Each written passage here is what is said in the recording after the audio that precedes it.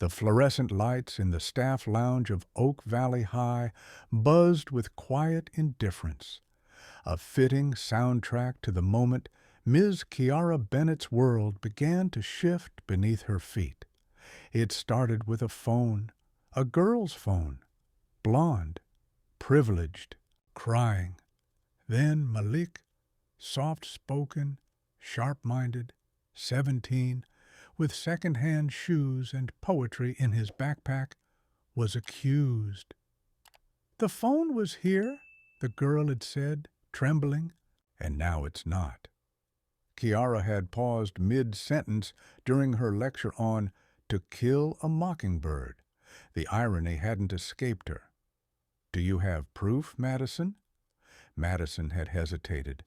"No, but he was the only one near my desk." The class had gone quiet, the kind of silence that fills a room not with peace, but tension. Kiara had taken one step forward and said, clearly, "We do not accuse children without evidence, and we do not build patterns of blame based on patterns of skin." Gasps. A few students exchanged looks. Malik had blinked, surprised, then looked down at his shoes. By the end of the day, Kiara was summoned. The principal's office smelled like coffee and power. "Ms. Bennett," said Mr. Halverson, pushing his glasses up with a finger that trembled more than it used to, "your comments today were unprofessional, disruptive, insubordinate." "Insubordinate?" she echoed. "You challenged school authority. I challenged injustice." He leaned forward, voice lower now. "Sign this. Voluntary resignation. It'll be cleaner this way." Kiara stared at the paper and thought of her students, of Malik, of the way his hands had trembled when he'd handed her his short story last week, the one he was too shy to read aloud. "No," she said simply. Then came the words she wouldn't forget. "Then you're dismissed, Ms. Bennett, effective immediately." That night, she packed her desk in silence. The hallways of Oak Valley High echoed with the laughter of kids who didn't yet know. Madison's parents had already posted a Facebook update. "Proud of our girl for standing up." No one had told the truth, except Malik. As Kiara turned to leave, he approached her, silent. He handed her a sheet of paper, folded 4 times. "My story," he said quietly. "The one you said was worth sharing." She took it without speaking. Her fingers brushed his for the briefest moment. And then she was gone. The next morning, Kiara didn't set an alarm. She didn't sip her usual coffee from the chipped Teachers Inspire mug. Instead, she sat in the small living room of her modest Decatur apartment, blinds drawn, phone off. For the first time in a decade, she wasn't responsible for anyone's morning reading list, wasn't expected to hold space for kids no one else understood. But outside, something had shifted, because what Kiara didn't know, what no one at the school knew, was that in the back row of her class, yesterday sat a man no one recognized, dressed in an unassuming gray hoodie, quiet, observant. Just another parent, there for Career Week. His name, Dominic Ashford, tech billionaire, founder of Ashford Learning Systems, the largest educational platform in North America. He hadn't planned to stay. He wasn't supposed to be at Oak Valley High at all. But he had stayed, long enough to hear Kiara speak, long enough to see her stand for a boy the system had already labeled. That's why her phone buzzed the next morning, 9:03 a.m. exactly. Unknown number, New York area code. She almost didn't pick up. "Hello?" A pause. "Miss Bennett?" A voice asked, calm, steady. "Yes?" "This is Dominic Ashford. You don't know me, but I know you." She blinked. "Excuse me? You taught my son yesterday. I was in the classroom." Kiara sat up straight. "This is a joke," she said slowly. "No joke. I saw what happened, how you spoke, how you stood your ground. I wanted to thank you." She didn't respond. Her mouth was dry. "I'm in Atlanta for 2 more days," he said. "There's a hotel downtown I'd like to meet. Just 20 minutes, please." 3 hours later, a black car pulled up outside her apartment. A driver stepped out, no words, just a polite gesture toward the door. The ride was quiet. Kiara kept glancing at her reflection in the car window, wondering if she looked like someone who had just been fired. At the hotel, she was led through the grand lobby to a private lounge. A man in jeans and a plain sweater stood up when she entered. He looked nothing like the billionaires on magazine covers. "Miss Bennett," he said, offering his hand. "Thank you for coming." "Still not sure I believe this is real," she admitted. "Neither am I some days." They sat. "I saw what you did," he said. "You stood between a child and a system that was about to crush him." "It cost me everything," she replied. "Not everything," he said. "It brought you here." She raised an eyebrow. "Why am I here, Mr. Ashford?" "Because I need someone like you." "I'm not a campaign. I'm not a brand." He smiled. "Exactly." He explained his vision, a national initiative to train teachers on confronting systemic bias, to build safe classrooms where kids like Malik could grow without fear. "We want you to lead it," he said. "Help us build it from the ground up." Kiara laughed once, bitter, disbelieving. "I'm a teacher," she said. "I don't do politics." "That's why we need you." She stood. "I appreciate the offer, but I'm tired. I just lost my job for doing the right thing." "Then maybe it's time we start rewarding the right things," he said quietly. She looked at him. There was no arrogance in his face, no manipulation, just truth and something else, hope. That evening, she read Malik's story. It was about a boy who couldn't speak unless someone asked him the right question. A teacher asked. The boy became a poet. She didn't sleep much that night. The next morning, Kiara turned her phone back on. Notifications exploded. Someone had filmed her final moments in the classroom. The clip had gone viral. "We Need Ms. Bennett" was trending. CNN was calling, and so was her future.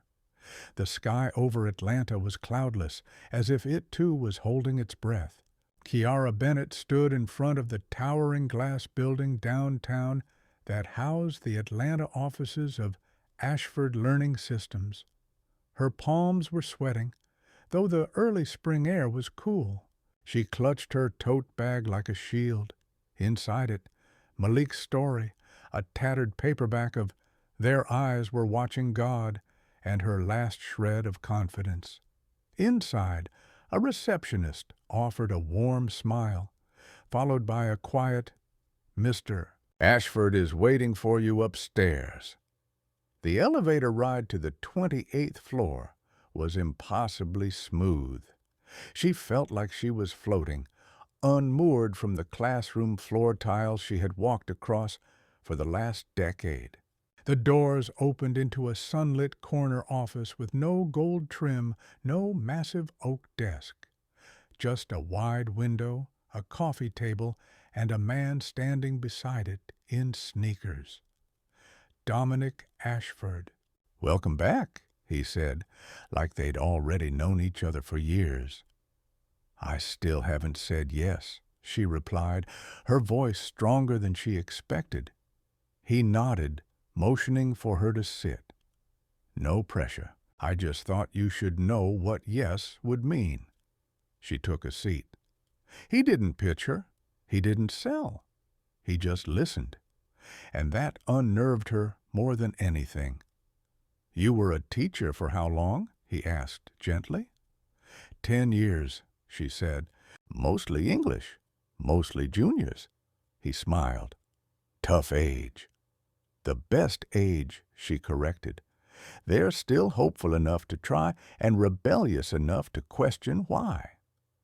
Dominic leaned back. That's the Kiara Bennett I saw in that classroom. And that's the Kiara I think this country's kids need. She exhaled slowly. I'm not a brand. I'm not a hero. You're a compass, he said, and we've got too many kids walking in circles. She looked down, avoiding the weight of his words. On the table in front of her was a folder. Inside it, a formal offer. Director of Equity Curriculum Initiatives, National Outreach, Partnership with Title I Schools, Autonomy in Program Design, a team, a budget, a platform. It felt surreal. It felt terrifying. What happens to teachers like me? She asked quietly. The ones who speak up and lose everything? He hesitated. We build them a ladder, and we make sure the ones who come next don't fall through the cracks. Kiara looked out the window. Far below, cars moved like insects through the city. Children were in classrooms, right now, being shaped or ignored by the adults in charge. You'll get hate for this, she said. People will call it political, radical, dangerous. Dominic smiled. They called Rosa Parks disruptive, too. She shook her head. Don't elevate me. I'm just a woman who couldn't stay silent. Exactly, he said. That's the kind of silence we're done with. A long pause stretched between them. Finally, she whispered, If I say yes, I have one condition. Name it. Every student in our pilot schools gets a personal library. Books they take home. Keep. Pass on. And the first title in every stack has to be written by someone who looked like them. Dominic blinked, then smiled. Done. By that afternoon, the news had broken. CNN aired the clip the moment Kiara stood in front of Malik, hand raised, voice clear. The story hit a nerve. Viewers flooded social media with praise, outrage, questions. The hashtag, We Need Ems Bennett, surged. By morning, students from Oak Valley High had uploaded a video. One by one, they stepped in front of the camera. You protected us. You listened when no one else did. You taught me that words have power. Malik was the last to speak. He stood in the school library, holding a wrinkled page, his story. She told me I had a voice, and that someone out there needed to hear it. He unfolded the paper and began to read. The video hit 2 million views in 12 hours. When Kiara watched it, she wept. But she also felt something else. Resolve. The backlash from Oak Valley was swift. The principal refused interviews. The district issued a vague statement about policy adherence. But the internet had long since decided Kiara Bennett was not a disgraced employee. She was a symbol of courage, of accountability, of the teacher every child deserved. 2 days later, Ashford Learning Systems hosted a press event in Atlanta. Dominic took the podium first, but all eyes were on the woman standing behind him. Ms. Kiara Bennett is not just our new director, he said. She is a voice this country forgot to listen to, until now. She stepped forward, took the mic. I didn't ask for this spotlight, she began, but I'll use it. The room hushed. I was fired for defending a student, but I will spend the rest of my life defending every child who is underestimated, misjudged, or unseen. A beat of silence. I wasn't the first, but I will make sure I'm not the last. The crowd rose, thunderous applause, flashbulbs, journalists scrambling to rewrite their headlines, but Kiara didn't bask in it. She just stepped down, heart pounding, already thinking of the schools she would visit next. A week later, a manila envelope arrived at the principal's office of Oak Valley High. Inside, a copy of Malik's story. Signed, to the school that told me I wasn't a thief, just a writer in hiding. And beneath it, a quote handwritten by Kiara. When you silence a teacher, you don't stop the truth. You just delay the reckoning. That reckoning was already on its way. Across the country, new initiatives rolled out. School districts reached out. Grant money poured in. And Kiara became more than a symbol. She became a force. She didn't wear a cape. She wore cardigans and carried a clipboard and still corrected grammar on the fly.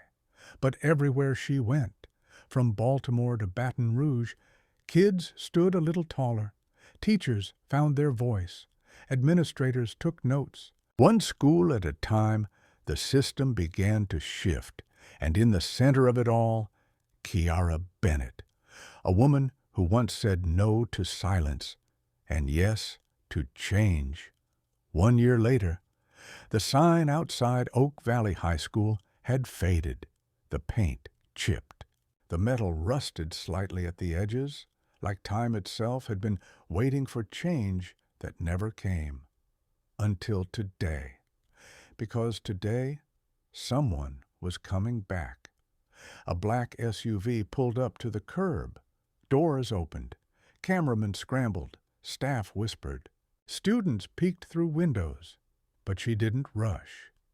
Kiara Bennett stepped out slowly, heels clicking against the concrete she once walked as a teacher, and now returned to as something entirely different. Not a staff member, not a guest, a partner, a reformer, a woman who had turned exile into a movement. Behind her, a slim young man in a navy suit followed with a clipboard and a lanyard that read, Bennett Voices Foundation, Field Coordinator. She didn't recognize most of the staff anymore. The leadership had changed, not by press conference, but by pressure. The school board had quietly asked Principal Halverson to retire. The assistant principal was now a woman named Dr. Mira Fields, sharp, grounded, and unafraid of hard truths. As Kiara walked through the front doors, the school felt familiar and foreign, like returning to a childhood home after it's been repainted. She didn't come for applause, but she got it anyway. When she entered the main auditorium for the planned Equity in Education Town Hall, the students stood up, not because anyone told them to, but because they wanted to. Their applause was not deafening. It was intentional. It was respect, the kind she'd once lost her job for. On stage, Kiara took the microphone. I was asked to give a keynote, she began, glancing around the room. A small smile curved her lips. But I don't believe in speeches that don't listen back. She gestured to the crowd. So today, I'll tell a story, one I haven't shared before. The students leaned in. She told them about Malik, about the phone, about what it feels like to risk your livelihood for what's right, about what it means when someone in power says, "Don't make it political," when what they really mean is, "Don't make us uncomfortable." She paused, and yet here I stand. A long silence. Then she added, "Not because I fought back, but because you fought with me." Students began to raise their hands. Questions flowed, not just about what happened, but about change, about fear, about finding courage before you feel ready. And then, at the very end, a familiar voice rose. It was Malik, now in his senior year, wearing a blazer and honor cords. He stepped forward and approached the stage. "I'd like to share something," he said, pulling a folded paper from his pocket. Kiara knew that paper. She had held it once, a year ago, with hands still shaking from betrayal. But now his hands were steady. He unfolded the page and read, "To be seen is a dangerous thing when you've only ever been watched. But one teacher, just one, taught me that my words were not a crime. They were a calling." The auditorium was silent. Then Malik looked up. "And so today I say thank you, not just to Ms. Bennett, but to all the teachers who choose to see."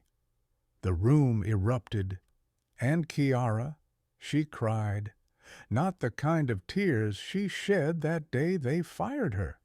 These were different. These were the tears of someone who finally understood the weight of her own voice. That evening, a new plaque was mounted on the front wall of the school. Students and parents gathered as the cloth was pulled away. Etched in black and silver, it read, "This institution was changed by one teacher who refused to stay silent. May her courage guide us." Underneath, a single line, "Inspired by Kiara Bennett and all those who come next." Later, in the quiet of her home, Kiara sat by her window. The sky outside had turned a deep blue, almost violet. Her phone buzzed. A new donation had come in. Another Title I school, another library funded, another town ready to welcome the Bennett Voices curriculum. Dominic had texted earlier, "They're calling it a movement now." She hadn't responded. Not yet.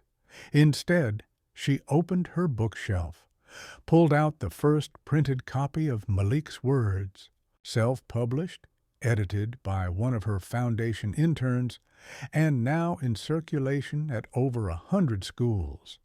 She ran her fingers across the dedication, "For Ms. Bennett, who saw me before I knew how to see myself." She didn't need the spotlight, but she would always carry the torch, and wherever it shined, in South Bronx classrooms or Mississippi gymnasiums, students would rise, not because of the rules, but because of respect, the kind earned in silence, the kind forged in fire, the kind that comes from a single voice, choosing to speak.